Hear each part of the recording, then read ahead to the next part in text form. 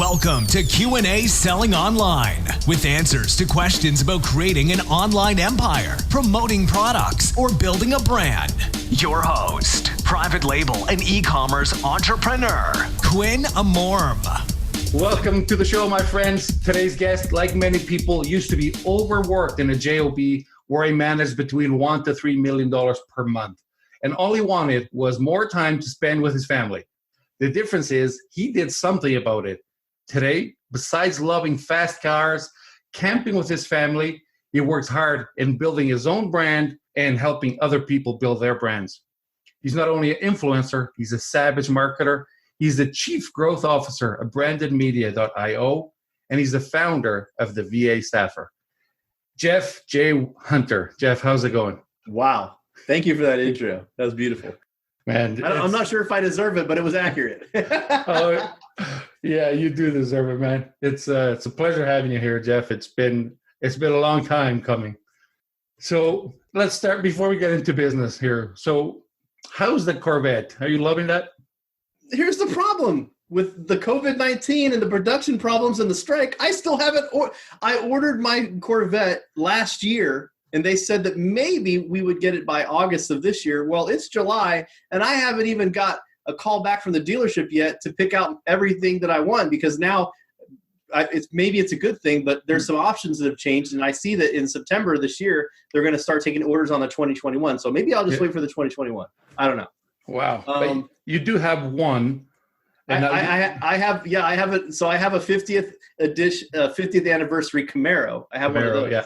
Yeah, the drop top, all black. It's badass. My son, my 7-year-old, calls it the Transformer because it's got the. If you know anything about the newer model Camaros, if you have a convertible, you from the outside with your key, you can make the top come off, and it does this little thing, and everyone goes, oh yeah.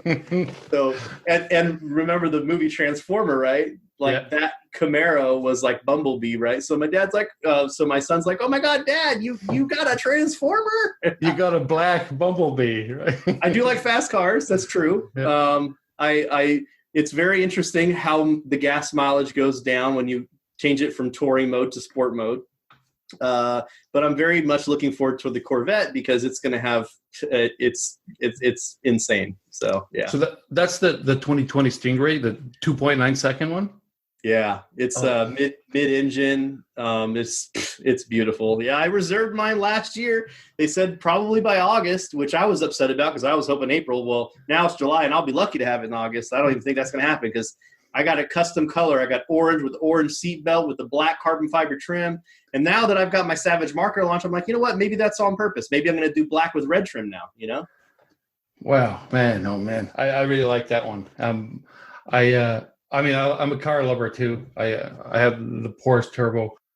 It doesn't do the 2.9 second, but what do you have? The Cayenne or what do you have? Yeah, the Cayenne twin turbo then. Oh, that's nice. Yeah, the Cayenne's only what the thing about the Corvette that's really crazy is that it's about $3,000 cheaper than the Cayenne, which is mind blowing considering the performance. So yeah, and the engine, the Corvette has the 6.2. This has the 4.5 twin turbo. Night and day. And, man, let me tell you something. The car is economical. It barely touches the fuel until you touch the pedal. As soon as you hit the turbos, baby, and those things spool up, you can hear the gas through the pipes go. When it's doing, and not that I tested, but that thing can do 275 before. And it's kilometers before shifting to sixth gear. So in fifth. But it drinks about 1 liter of oil per 1,000 kilometers. Wow. When you're doing that. It's incredible.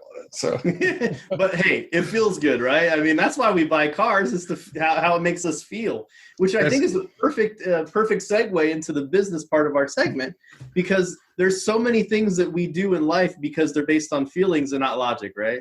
So yes, and another thing is, a lot of people do it because how it makes others feel, or exactly. But I don't want status because I went with the Cayenne. The Cayenne visually is not, I mean, it's not super appealing. Some people think it's a van. I think it looks sexy, but but you're right. It's definitely not a Ferrari or even a Jaguar, for that. Yeah. I mean, but when you touch that gas pedal, yes, the feeling is. I lived in Europe for 20 years, Jeff, 25. So you don't want to run away from highways where you can do almost anything. Mm-hmm. That's why I stayed there so long. Anyway, the Autobahn, right? Yes. Anyway, one more before we get deep into the business. One of the things I noticed is that, like any marketer, you use Facebook as a tool. But one of the things I notice is your posts are always on top of at least my feed. How the heck do you do that? Well, I have a method, actually. To be honest, I got jealous of other influencers and marketers in my space that were just always on top of my feed. And I was like, dude, these guys, some of them aren't even like, I'm not going to, I don't want to sound critical here, but a lot of them don't even have close to the achievements and accomplishments that I have. But yet they're able to put out this perception of success and awesomeness because they're able to have the popularity contest vote, right? So I actually, and one of the things that I have at my disposal is I have a really large team. I've got 80 people on my team. At the time when I was doing this experiment, I only had about 40, 50 people on my team. But a couple of years back, I said, what is it that makes these posts super popular? It makes these people get so much engagement. And I had one of my VAs, his name's Clarence. He still does this for me today, as a matter of fact. He goes into Facebook and he looks at all the posts that these people make. And then I had him categorize it: short posts, long posts, with picture, with video, without picture, without video, like everything he could do, like what the context of the story is, even the writing style, like how did they write? And I started seeing a lot of similarities between all of the things that were going, quote unquote, I don't want to call it viral. I want to call it infectious. Okay. They're going infectious within the network. They get 100 likes, stuff like that. Like I always get stuff that has 50, 100 likes. Like every post gets 50, 100 likes. I could literally post something with no context, no caption, but because of the audience that I've built and they're used to it. Like, for example, here's a picture that I posted yesterday that is obviously doing really good. All I said was famous last words, I'll be in my office. And I posted this picture of this new office desk that I'm contemplating getting, that, by the way, one of my clients is getting, and he asked me to come with him to Las Vegas to pick it up. That's why I'm like, So I can't let my client outdo me, okay?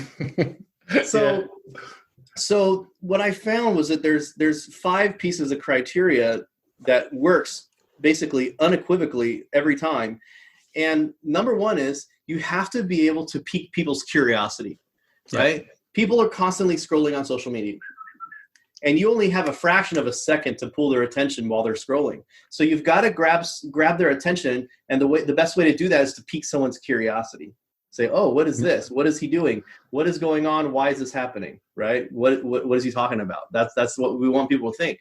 Right? So that's the curiosity. The second people is you have to make sure that you're leading people with value. Why should they keep reading your post? What are they going to learn from it? What kind of value are they going to get from it? So you got to lead them, right?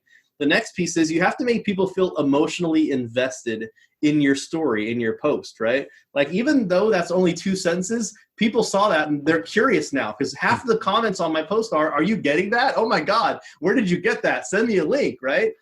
People have their curiosity piqued. The second time when I say famous last words, right? Yeah. I'll be in my office. It's making people relate to it. It's making people relate, right? They're saying, "What is this? This is very interesting." I'm leading them with value because I'm giving them an idea of what the future could look like for them, right? Yeah. I'm making them emotionally invested because they're saying, "Dude, they can picture themselves in this badass freaking desk chair, right? Like, this is cool. Like, it's something off the Matrix or something, you know?" Absolutely. The next piece is that you've got to analyze. Now, this is the part that I skipped on my post because it's only 2 sentences, but this is the authority factor. Analyze, okay? You have to put things in perspective for people from your point of view. So this is where, like, I could have said, I was thinking about getting a new desk, and I was thinking about this and this and this, but because of my personal style and I want to upgrade my production value, I decided I'm going to do this. Now I'm analyzing, right? So now it's proving my position, and it's really reinforcing authority of why I'm doing something. It also impregnates people with your own visions and views, Okay. Yeah. The last piece is reinforcing the original value of the post. And that causes people to react. Okay. So that's an acronym called CLEAR. I launched that. It's called Social Copy Secrets. I put this program out there with everything that I discovered about how to write things. I put templates out there. I gave people all these starting lines. I gave people tons of examples. I even have a Facebook group that, like, if people pay and they sign up, they get access to the group and they can post their stuff in there for me to tear apart. I do tear down posts where I say, this is good, this is not good, this isn't going to work, this is how you should say it. And it's been a really fun experiment. And what's cool about it is by doing so, I've improved myself, right? So, yeah, I'm a little obsessed about copywriting. Beautiful. And you said you improved yourself. And when you teach others, it forces you to improve. Yeah, because absolutely. if you teach somebody and they don't get results, you feel like crap. So I'm constantly always trying to improve results, so I can do that for myself. Yeah, and I like that you teach the things that others can see that are working for you, because you teach influence. And one of the things is, I saw you on TV, CBS, ABC, NBC News. Man, you've been on Russell Brunson's podcast, right? The ClickFunnels Official. So it's obviously working for you. So that's proof. And a lot of people don't need any proof. They believe in everything. But you know how it works now with the internet. Everybody doubts everything. So you have. Well, that's because everybody claims to be an expert. You know, if everybody claims to be an expert, it downgrades the view of an expert, right? That's why it's so important today to move out of the box of being an expert to being a recognized expert. And do you think everybody needs to have a personal brand? I don't know if I'd say everyone needs to have one, because, you know, I was able to, it's funny because for myself, I was kind of hidden behind VA Staffer, my virtual assistant company, for many years. I was just the guy, you know, I was the only white guy in the picture of my Philippine staff picture, you know, like that was it. So but what's interesting is that I never thought it was valuable until I actually developed a reputation as the king of outsourcing. And when that happened, it was weird because opportunities presented themselves when people were like, hey, I'm looking for a virtual assistant or whatever. And on Facebook, people would tag me and say, dude, you gotta check out Jef. He's the guy. And that's when I started realizing, you know, there's a lot of value in having a strong personal brand, because you can become the guy, right? Whether it's a guy or a girl or whatever, but you want to be that person, right? You want to be the guy. So how do you position yourself to be the expert in your field that other people can point to and say, this is the person you got to talk to? And when that happens, literally life changes. Like, what's interesting is, you know, Quinn, just 2 weeks ago, I was able to accomplish a milestone that I've wanted since I was on this entrepreneurial journey, which is being featured on the actual radio show, Entrepreneur.com's radio show. And that was a huge milestone for me. It's called Entrepreneur Weekly. I was just featured on it. Matter of fact, it's usually a 20-minute segment, and we did a full hour. We did a full hour segment, which is unheard of on the show, right? Yeah. So that went across like hundreds of different radio stations live, plus it's on their podcast and website. Like, that was amazing. And you know what? The best part is, I didn't pitch them. Alan Taylor, the host, came to me because he's my friend on Facebook. I've been building that relationship. We've done things together in real life. We've hung out. We've talked about cars. We've talked about family. We've talked about God. We've talked about all sorts of things personally. And he said, you know what, Jef? Every time I think about you, I just think about you smiling and us always having fun. And he even said that on the podcast when he interviewed me. And he says, you know, there's some people that when you think about them, you think of certain things. And he goes, every time I think of Jef, I'm just always overwhelmed by this giant smile. Like, we always have fun together. And I thought, man, how could you have so much fun building a business? Because we all know as an entrepreneur, it's not always fun, right? Absolutely. And he says, I'd love to talk about your journey. And he says, and I want to do a whole hour segment. And so, like, for me, I was so honored, right? And to know that stuff's working and that I'm able to get inside people's heads, like famous people's heads, means that I must have been doing something right. That's true. You have to be doing something right. So you talked about VA Staffer. That you founded that almost 8 years ago, right? 7.5 years. Yeah, I think 7-ish years ago. Yeah. It all came up from a crazy ass idea of me having a full-time job. Like you introduced me, I was overworked, you know, working 16 hours a day sometimes. I would say definitely for sure 12 hours was the minimum day, 8 to 8 type of a day, sometime earlier. Working at a Fortune 500 company as a project manager. And it all spurred one day when I said, wouldn't it be nice if I had someone to help make me a Gantt chart? Now, if you know anything about project management, or if you don't, a Gantt chart is when you have a bunch of different little tasks. Well, not little. Let's say you have a $3 million hospital that you're building. That's what I did. I built hospital infrastructure for patient care. So let's just say you're going to have a nurse station where all the nurses monitor the patients, and then each of the patients are hooked up to a little device that monitors how they're doing. And then there's a wireless network that those send signal to go back there. Like, that's what I did, right? There's no such thing as, error when you're working in a hospital. When you have patients connected, there is no room for error, right? So I had to be very stringent on my project management and say, here's the project. Here's everything that we need to do, working backwards to make this successful. Here's how much time each one of these would take. And then I put this plan together in a chart so that I could give it to people and they could say, oh, okay. And the funny part is it never worked out like the plan, right? Yeah. But when you give them the plan, it makes them feel better about it, right? We as project managers try to do what's called risk mitigation. We try to keep it as close to the plan as possible, but there's always risk, right? Our job is to minimize the risk. Mitigation. Well, sad part is I didn't really have a lot of time to do mitigation or manage projects. 60% of my time was doing documentation and Gantt charts. So I went on this website, Fiverr.com, back when it was $5 still. Mm-hmm. And I just typed in like Gantt chart. There was only one gig, and it was a guy in Pakistan. Okay. And he said on his profile, and he had a very nice picture with himself with a suit and stuff.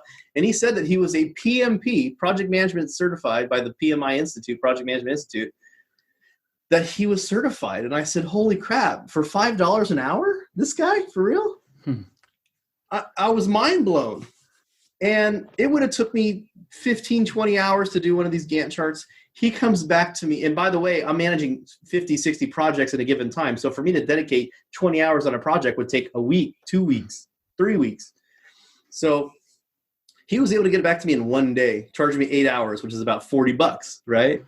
Wow. And in my head, I had this epiphany saying, oh my gosh, this is such a time saver. Now, my company didn't pay me for that time. I paid out of my own pocket, right? But I was able to become a top 5 project manager in that company within the first 12 months, okay? I got rewarded. Matter of fact, I just went on a bike ride yesterday on my Trek 7.2, which is a $1,000 bicycle that I won as an award for being a top 5 project manager. Wow. So, like, I was being rewarded in my own way, right? And most of that was just me having time, me actually being able to have time back in my day to spend with my family, to do things I want to do, and not have to slave away making documentation. So you found a way to outsource your 9 to 5, what technically wasn't a 9 to 5. And ironically, that's what got me in trouble, and that's why I left. They asked me, wow, you're doing fantastic. How did you do this?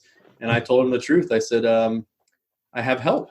And they said, you have help? And I said, yeah, I hired this guy to help me do my Gantt charts. And they're like, you can't do that. And I got written up. I got written up on a performance improvement plan. And it was an interesting discovery for me that maybe I was onto something. And it was at that point in time where I went all in and I built my virtual team. And it was kind of my side hustle until it made enough to where I felt like I could leave.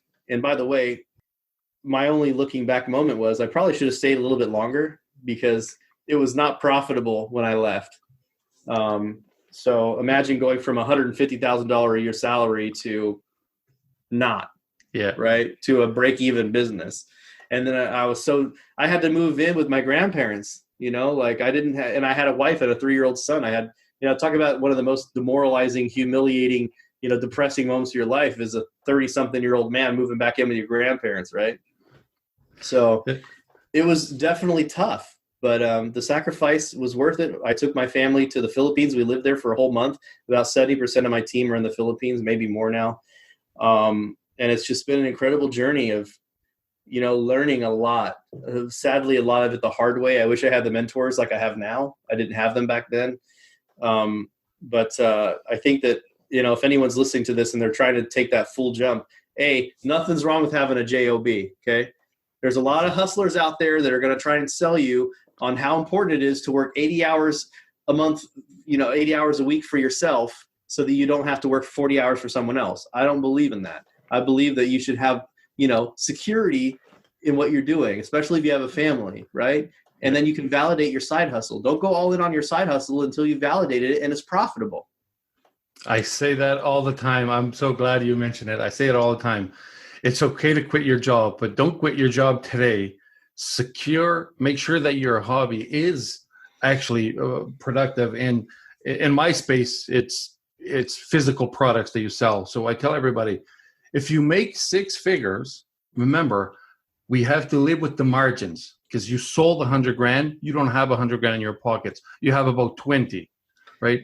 That was the big realization for me, Quinn. Like, I went from, $100 and something thousand, and then, taxes and everything else, you're making good money, to making $100,000 something, but costing $80,000 to do it. Right. Yeah.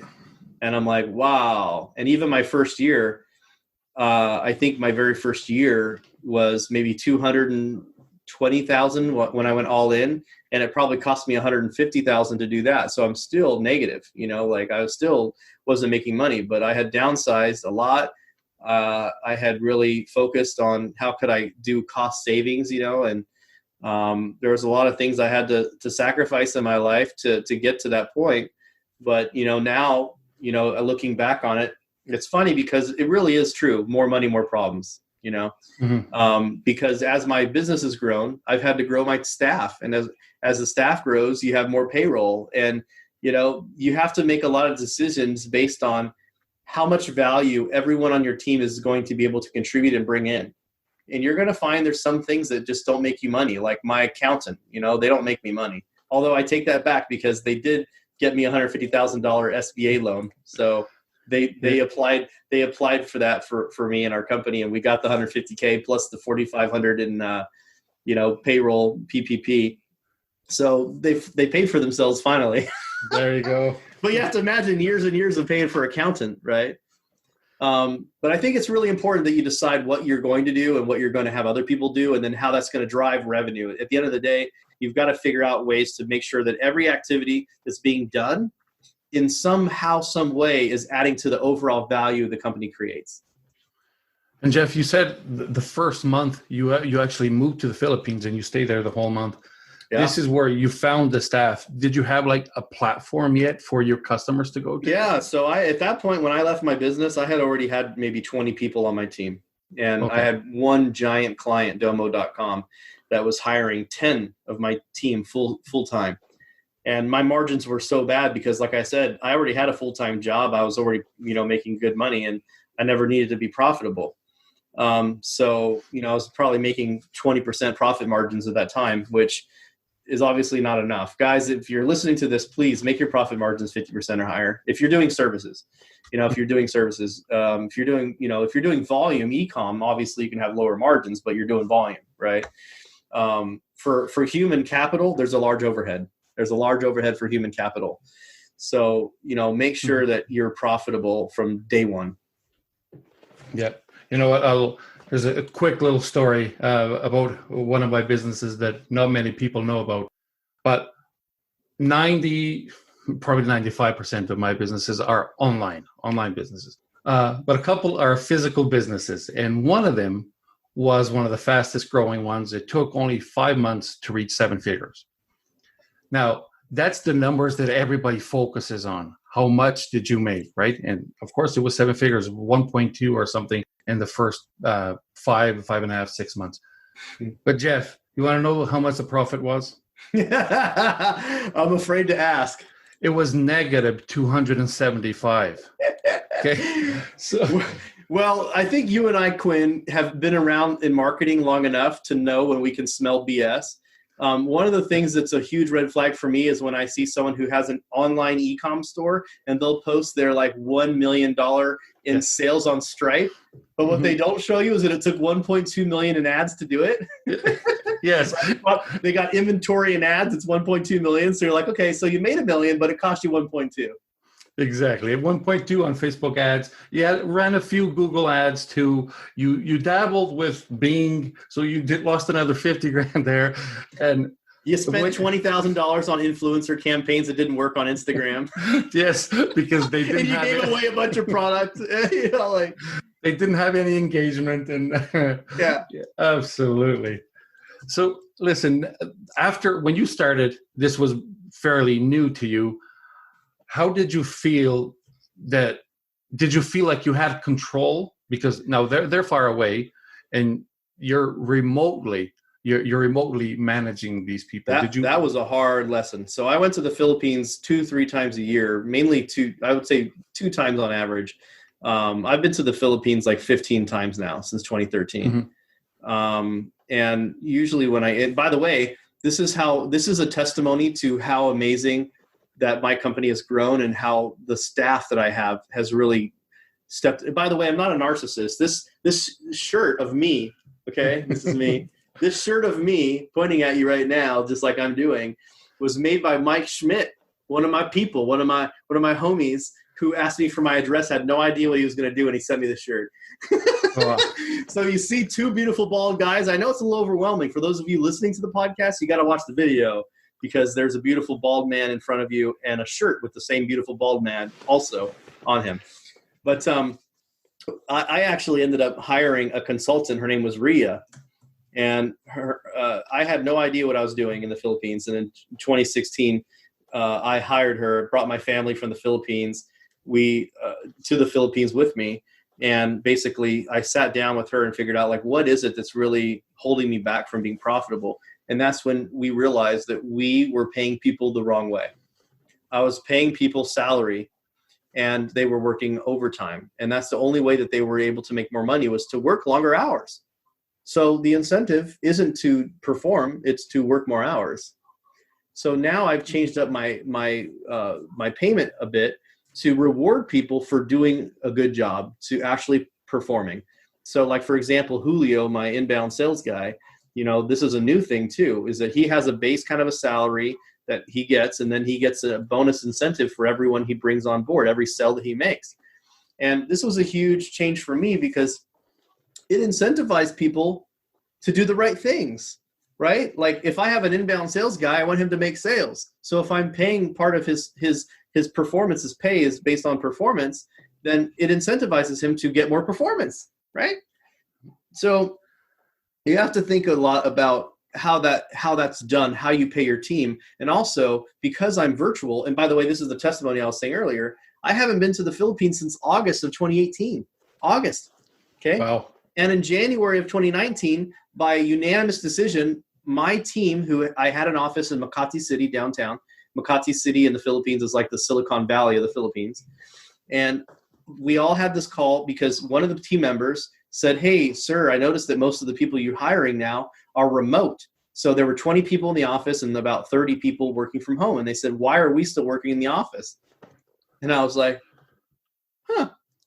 well, in 2014, when I bought that office, the internet was trash. The power was trash. Like, you couldn't get a reliable internet for a good cost in the Philippines. Now you can get really fast internet really cheap, like $30, which is still expensive in the Philippines. But it used to be like the broadband connection that I was paying for, it was a cable connection. It was only, get this, 10 megs up and down. And it never reached that, by the way. It was like 1 in 10, yes. Really. You know how it is. And I was paying like $300 and something a month, so that was shared between all my team members, right, that were working there. So now that they have more access, I said, "Hey, look, I'll make you guys a deal," because obviously they're going to have to pay for their own internet, right? Yep. So, and if we closed the office, well, I'd have all that stuff in the office. It's no longer good. So I made them a deal. I said, "Listen, you guys are responsible for paying for your own internet and a backup internet," because I make sure they have to have a broadband line and a mobile line. So they have backup. We always had 2 internet lines in my office. You guys are responsible to have 2 different forms of internet, right? Which is costly. But in return, you guys can take the laptops home. Your own laptops, I will give them to you. Company property is now your property. That's the deal. They all unanimously voted yes. We want to work from home. I did lose probably 4 or 5 people because we found out that, a lot of people can't manage their time at home. Sadly, it's a totally different, idea. You don't have an office of people gathering around you that can motivate you and, have tickle time at the water counter or whatever, like it takes self-driven motivation to work for yourself from home. So that was the big change for me that really multiplied my business fast, was being able to have a remote scaling ability. And now I have a really amazing leadership team that I've put in place since 2019 that is really, they all have their own autonomy and power over their own teams. And I'm kind of the overlord that comes in and just make sure my time is spent with my project team. I don't work on the day-to-day basis with anyone on my team except for the PMs. The PMs get my full undivided attention for 1 hour a day from 9 a.m. to 10 a.m. every day. And then that's that. That's what my day is. That's my dedication to my team. The rest of it is doing podcasts and doing whatever the hell I want.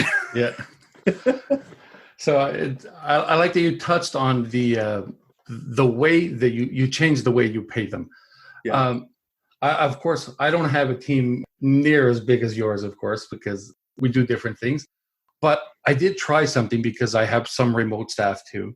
And I tried, instead of increasing the pay, because sometimes the ones that deserve it, the ones that, it's midnight on a Sunday and they're asking you something because they're working, and the ones that deserve it. And instead of increasing the pay, I found that sometimes it's better to give them lump sum bonuses, or for example, one of the things I do is when COVID got a lot of people that couldn't go to supermarkets. Yeah. There was one of the options for anybody that was in North America. I would do Instacart grocery deliveries to their homes. No. Yes. That's awesome. And so one of the things was I would only send fruits and vegetables. I would never buy anything unhealthy, because if you want to buy unhealthy, you do it yourself, right? I'm not forcing you to eat this, but I'm sending you some free groceries. And I was worried, because I start sending the healthy stuff and I'm like, are people going to complain that this is just plants? And but no, so it was very well received.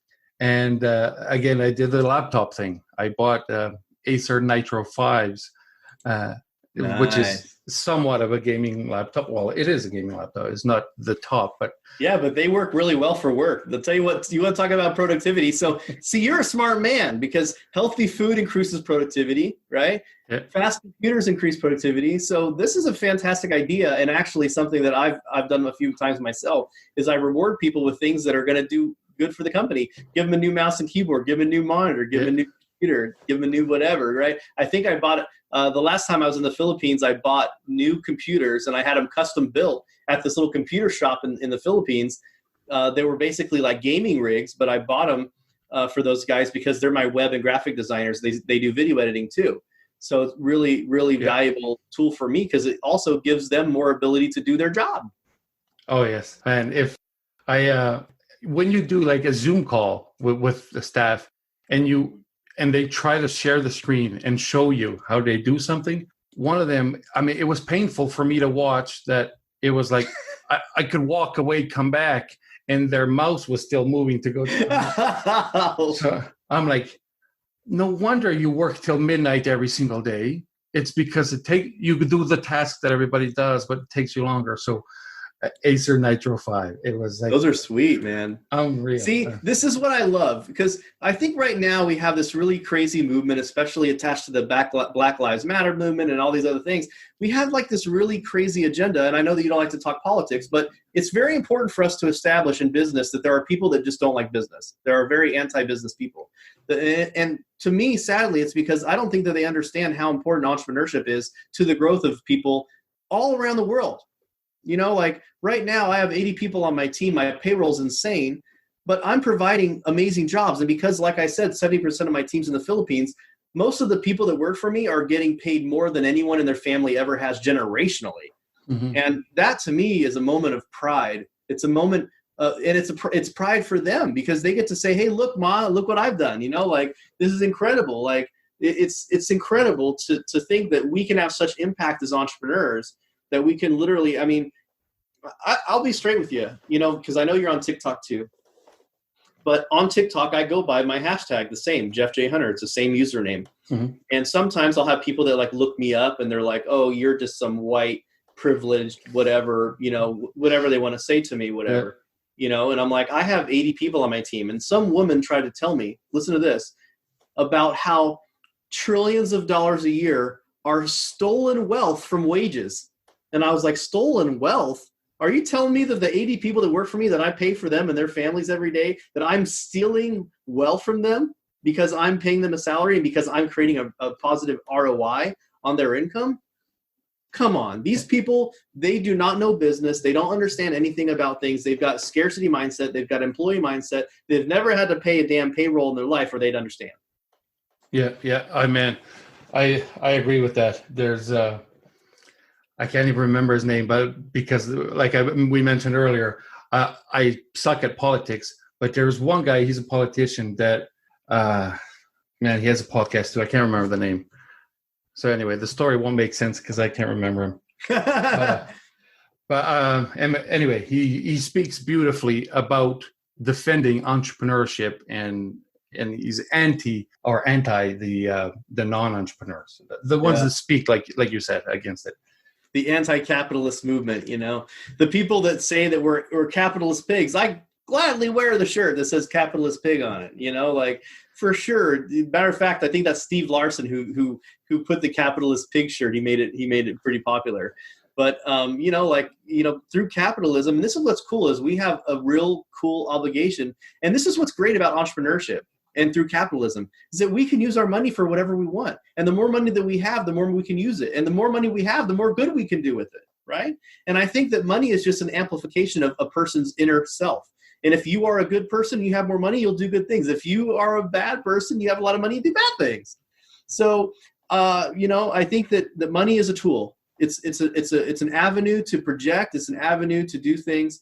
And, every time, I don't know about you, but every time I get new money in the door, I never say, ooh, I'm going to, how can I save this money and squander it? No one I know who's a business owner does that. Matter of fact, every business owner I know who gets a paycheck thinks about, how can I reinvest this in my business by hiring someone, by buying a new tool, by doing this, by doing that.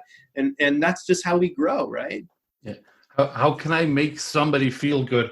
You probably know the experience. When you make somebody feel good, you feel probably 10 times better watching them, their happiness. It's so contagious. That's exactly what you mean. When somebody's good. One of my team members just wrote me a message and he asked me for permission and said, hey, I was going to write a Facebook post about the new performance structure that I just set up for him. And he says that he's been reviewing how much monthly that the clients are paying for the things that he's doing. And he calculated that his cost profit percentage is generating 70% profit for a 30% operation cost. And he said, I timed it for my birthday around July 1st. And I said, this would soften up. His goal was he wanted to come to me for a raise, right? So he was going to come to me for a raise. He had already done all the calculations on how much money he's making me. This is a smart kid, obviously, right? Yeah. I shouldn't say kid. He's 30 something, but smart young guy who already figured out how much money he's making me, right? And he's finding out that he's doing technically 70%. So what would that be? The multiplier is it's a 300% multiplier almost, right? Yeah. Of how much money he's bringing in compared to how much I'm paying him. And then he was going to ask me for a raise. And lo and behold, the day that he asked me for a raise, he didn't ask me for a raise. He asked me for a meeting to talk about a potential raise, right? Yeah. The day after he said that, one of his biggest clients that was about 60% of that 70% canceled their subscription with us. And he was like, my whole plan went to hell, right? But see, I understand as an entrepreneur, first off, I know how valuable he is. I know he's going to generate money to me right now. People come and go, right? So what ended up happening was we had that call, we discussed what we should do. And that's when I offered him a percentage of sales. When he brings people in, I'm going to give him a bonus incentive. And he was like so happy about it because first off, he gets a lot of sales, right? He gets 10 sales a month. It's a decent chunk. It's like almost double his salary. And second off, it's no skin off my back because he's making more sales, right? So now he wants to, he asked me for my permission to write a post about how we came up with the compromise and what happened. And of course, I'm like, bro, let's go, right? Tag me in the post. I'll make sure that my people see it too. And that's the thing about the tide. We all rise together, right? Your team that works for you need to feel like they're on the same boat. They need to feel like when things go rough, they're in it with you. They need to know that when the revenue's going up, they're in it with you. And if they don't, if there's not that shared success and shared value, that's when the things start to fall apart. Yeah, man, oh man. You know, we agree on so many things. There was a kid that he was not part of my team, but he wanted to be, Jef. You know, he messaged me. I can't remember if it was a DM, Instagram, something. He messaged me and he asked to be part of the team. And he said, I want to learn so bad. I'll work for you for free for a year. Wow. That motivation, somebody that's willing to do that, he has to be a hustler, right? You can't teach anyone that, you know? And this is what people always go wrong. And they say, you know, like, oh, well, they don't have the skills. They don't know how to do it. No, okay, that's true. But you can damn near teach someone how to do anything, right? One thing you can't teach is motivation. One thing you can't teach is passion. One thing you can't teach is loyalty. And that's why my hiring process, I never hire people looking for a job. Now, by the way, once in a while, I'll get someone like Julio, the guy I was just telling you about who wants to do the post. Julio, he came to me and he said, hey, Jef, I already have a very successful career. I've been a sales manager here and a sales trainer at this call center for 2.5 years. And I'm not looking for a job for anywhere else, but I really want to work for you. He's like, I really think you're fun. I love what you're building. I really believe in your purpose and mission. And he's like, I don't know if you have a sales role over there, but I'd love to talk about coming to your team. And I actually told him, I said, Julio, I don't have a sales role here. I'm sorry. I told him no. And you know what he did? He said, give me 24 hours. I'm going to come back with you with some ideas on how I could add value to your company. That sounds fair, right, Quinn? Yeah. So I said, okay, sure. Well, 24 hours later, he comes back with a 15-page PowerPoint slide titled, Why You Should Hire Julio. And on page 2, he got me. On page 2, I didn't even have to go any further. On page 2, it was a graph chart. It was a bar chart of proficiencies. And his very first one said Microsoft Excel and PowerPoint, like 80 out of 100. And another one was writing and social media skills, 90 out of 100. The other one was like Photoshop and whatever, 70%. And then one of them said diet, 30%. What? And he introduced himself as Julio, sales training manager, fried chicken lover, and vaping advocate. Oh, wow. And I knew, I was like, dude, we're going to be best friends, you know? And he's come to the team. He's really revolutionized my business. I used to do all the sales calls before him. I don't do any sales calls. He does all of them. I didn't have a role for him. He came up and said, here's what I can do. Right now, you're spending this much on sales calls. You're doing this and you're doing that. I can help you come in. I can help put together a process. I can help build a team. I can help do the training. I can help onboard clients. How much is that worth to you? And I said, let's go, right? And that's the type of passion that I would love to see from everyone on my team. Of course, not everyone is always going to be like that. Mm-hmm. But even if somebody's 50% that, man, that's putting 1%, even if it's just 1% more than everyone else, it's noticeable. Yeah, I look for that too. The out of the box, like that chicken fried lover. I mean, who else puts that in a resume? You have to be special, right? Because, we have to be a little bit professional, but come on, everybody likes a good laugh and everybody likes to be in the presence of somebody that's happy and thinks out of the box. So, boom. So Jef, you mentioned earlier that you have a lot of good mentors now. I saw you with Gary Vee. I saw you with Tom Bilyeu a couple years ago. Tom Bilyeu. Yeah. Are these some of your online mentors, or do you have somebody even more dedicated to you? I've invested so much in relationships, and not just money, but Dan Clark is probably one of my most amazing mentors. He's a brilliant copywriter, brilliant storyteller. He's most famous for his work on the Chicken Soup for the Soul. He's written a lot of those. He's just an incredible speaker, storyteller. He by far is one of my biggest mentors. Another one is Dan Kennedy, copywriter. I love storytelling copywriters. That's something that I've learned over time has become very valuable, is the ability to tell a good story. You really get through the hearts and minds of people, because most people, they really don't care about stats or PowerPoint slides and things like that. If you tell a good story, they're going to remember it. Like right now, people are going to remember my story about Julio, right? There was a hashtag trending when I told the first story about Julio. It was called #FindMyJulio. Okay. And it was an incredible moment for me, because I realized, okay, I'm onto something here. I'm building virtual teams of people that other people dream of. I've got people on my team right now, out of my 80 people, even if I just said my project management team. When I tell people about my project management team and what they do, I've got a graphic design and video editor project manager. I have a social media person. I've got someone who oversees the web development stuff. I've got someone who oversees sales. That's Julio. I've got another person who oversees the virtual assistant, executive assistant team. I've got another one who oversees our podcast outreach campaign. Like, I've got all these different people on my team that they all have their own individual teams, their own individual responsibilities. They take ownership and accountability of it, right? And that's just so hard to find, right? And most people don't even know where to start. And that's why, by the way, I don't hire people looking for a job. Going back to that, I hire people that have already demonstrated proven capabilities in something that's a vertical of what I want them to do, that they've been there for 2 years or so, and that they already have proven tons of value to that company. And I say, hey, listen, I love the work you're doing over there. How about I pay you 2 times to 3 times more than you're getting right now, and you don't have to travel. All you have to do is wake up in your pajamas and come to work for daddy. That's it. I'm over here. All I'm saying is I got a savage over here. He's got a fat checking account ready to pay you, and I want you to do big things, and I want you to grow together with me, and let's do it. And most of the time they say, wow, a no-brainer. When can I start, right? And you know what the best part is?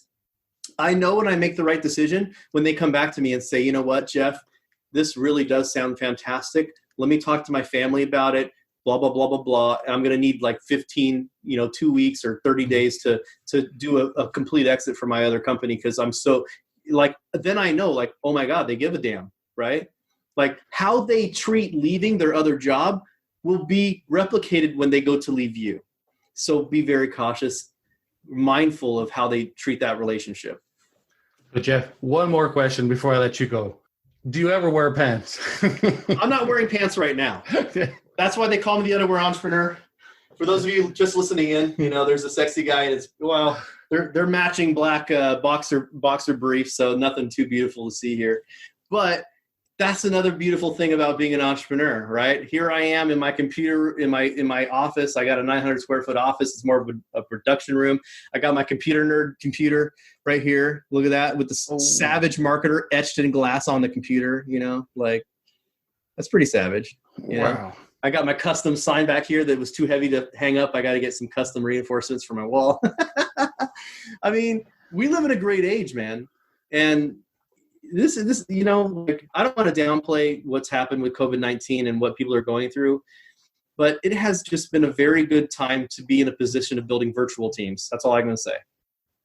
Awesome. Jef, so for everybody listening, if they want to find out more about you and jump into your feeds, where do they find you? JefJHunter.com, guys. You can see all my stuff there. And if you're looking into helping scale and grow your virtual teams, you can check out VAstaffer.com.